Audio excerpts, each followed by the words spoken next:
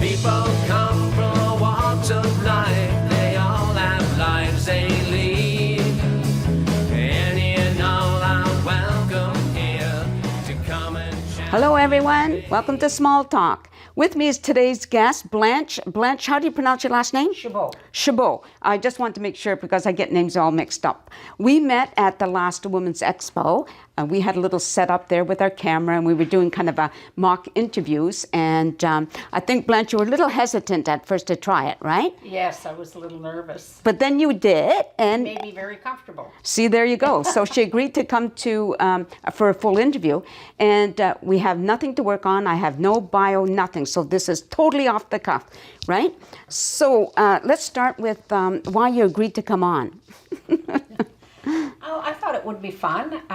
It's interesting. I've never done anything. Well, I did something like this for hospice for years ago for the sort of advertising hospice and what we do, like interviewing the volunteers. But and I think I was in something. Oh my gosh, I'm thinking about it now. In the 84, I think, a family module for people looking at different ways families live. Oh, like okay. Separated, divorced, gay, all the different ways that families live. Oh, great. Now, speaking of live, where do you live? I live in Chilliwack now. Now. So where were you before? Well, I went up north for about 15 years to do work, the counseling that I do. And which is?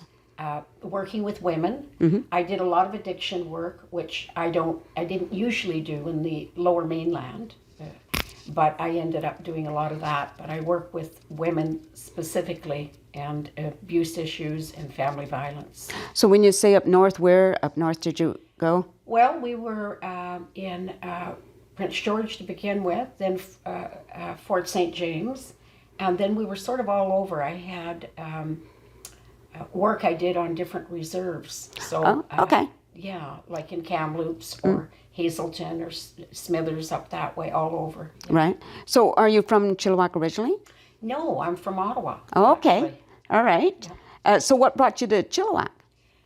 Well, working up north, I had lived in Port Moody for years with my children. And I decided when I was retiring to come back down, which was close to 2015.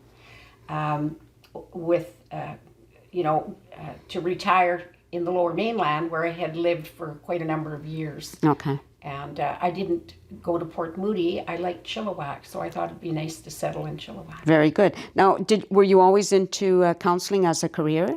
The first 10 years of my life, I knew I had always wanted to be a counselor from the time I was a young girl, but I didn't have the confidence to pursue it. So I ended up working in the government from 18 to 28 in Ottawa. And what were you doing for the government? Secretarial work. Oh, okay. All right. So other than that, have you had any other jobs or careers? Or? Well, when I did my own little counseling, I ended up doing a few little jobs here and there with different things to support my children and myself, because I was basically... how many clients do you need to survive? So I wasn't doing bad, but it wasn't a way that I could completely support myself. Right. Okay. So tell me about some of your background, your childhood. If there's anything you want to share. Well, I come from dysfunction, and that's why I think I really wanted to lean towards helping other women who come from dysfunction and continue that way throughout their life, or hopefully not throughout their whole life, but through a part of their life. That's kind of interesting because, I also come from a dysfunctional family, and I did want to do not counseling per se, but speak on abuse and stuff. And I realized that not everybody is cut out to do that type of thing. I was one of those people. So I find it fascinating that you did find that you. It Yes. worked for you, and you were able to help other people, right? Yes. I always felt that if I could make it, working on getting healthier, that anybody could. And it's a daily process. It's not just you arrive. Right. You have to work on yourself for the rest of your life. because when you're in any depression or life changes, the old abuses seem to peek their heads up, which is normal. And you just need to be working on, working on yourself so that you can cope with that, times of stress and changes in your life. I think one of the hardest things for a lot of people who grew up in an abusive environment is to unlearn what you were taught as children and not do the same to your children. So true. I've always gone for counseling, obviously, because I believe in it. And I remember when the kids were little, going to my counselor, who was just wonderful. She was in New West with Family Services. And the kids went in, and, I was always trying to help them with their schoolwork. I have an older son, but he's 14 years older than the youngest and 10 years older than the middle son. So he's, out on his own when they were little.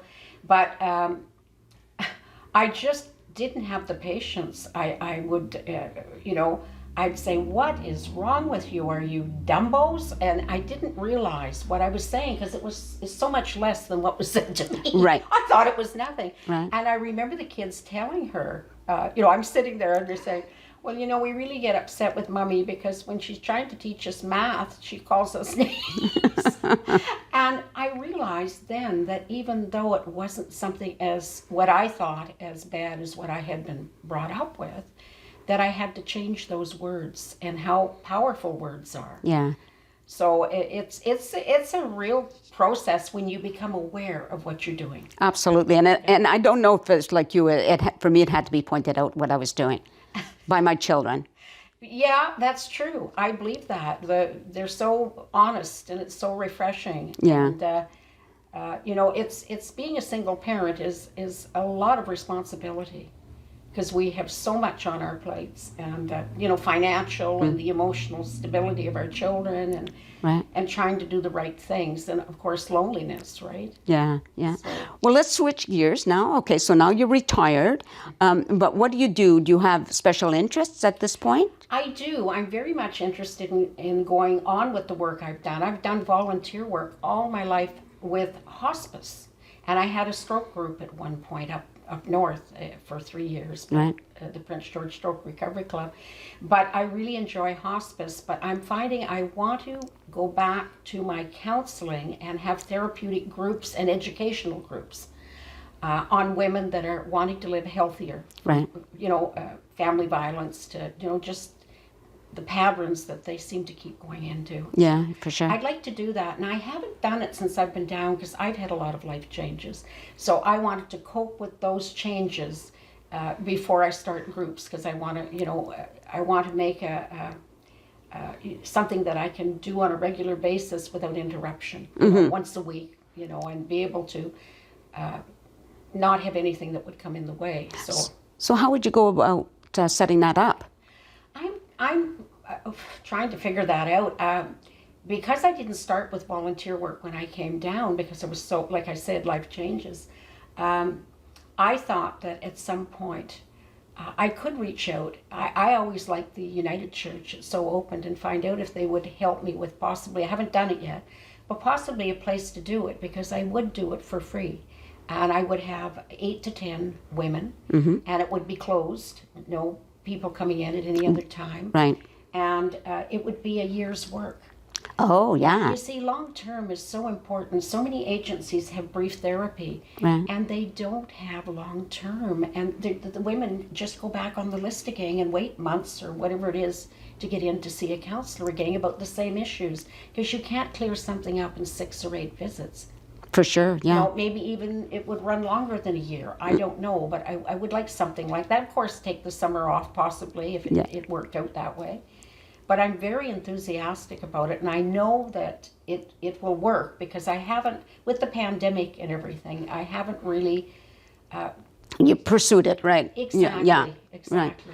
Well, good luck with that. I hope that works out for you. Thank you, You know. Nancy. Well, I think we're just about out of time, but I've enjoyed this. So just bear with me while I talk to the audience here for a second. Thank you for watching. I hope you enjoyed meeting Blanche Chabot, and look for her in the future if you're into counseling or needing some counseling. She'll put her name out there somewhere. You can always contact me, and we can let That would the be wonderful, people Nancy. know that. Yes, Yeah. yes. I just want to say something to Don Adley, by the way.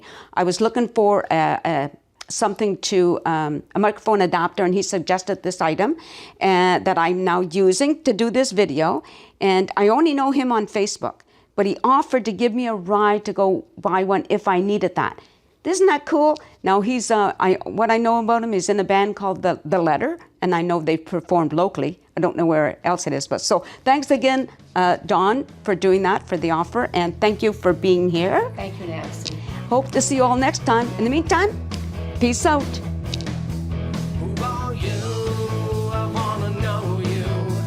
You've got a story to tell.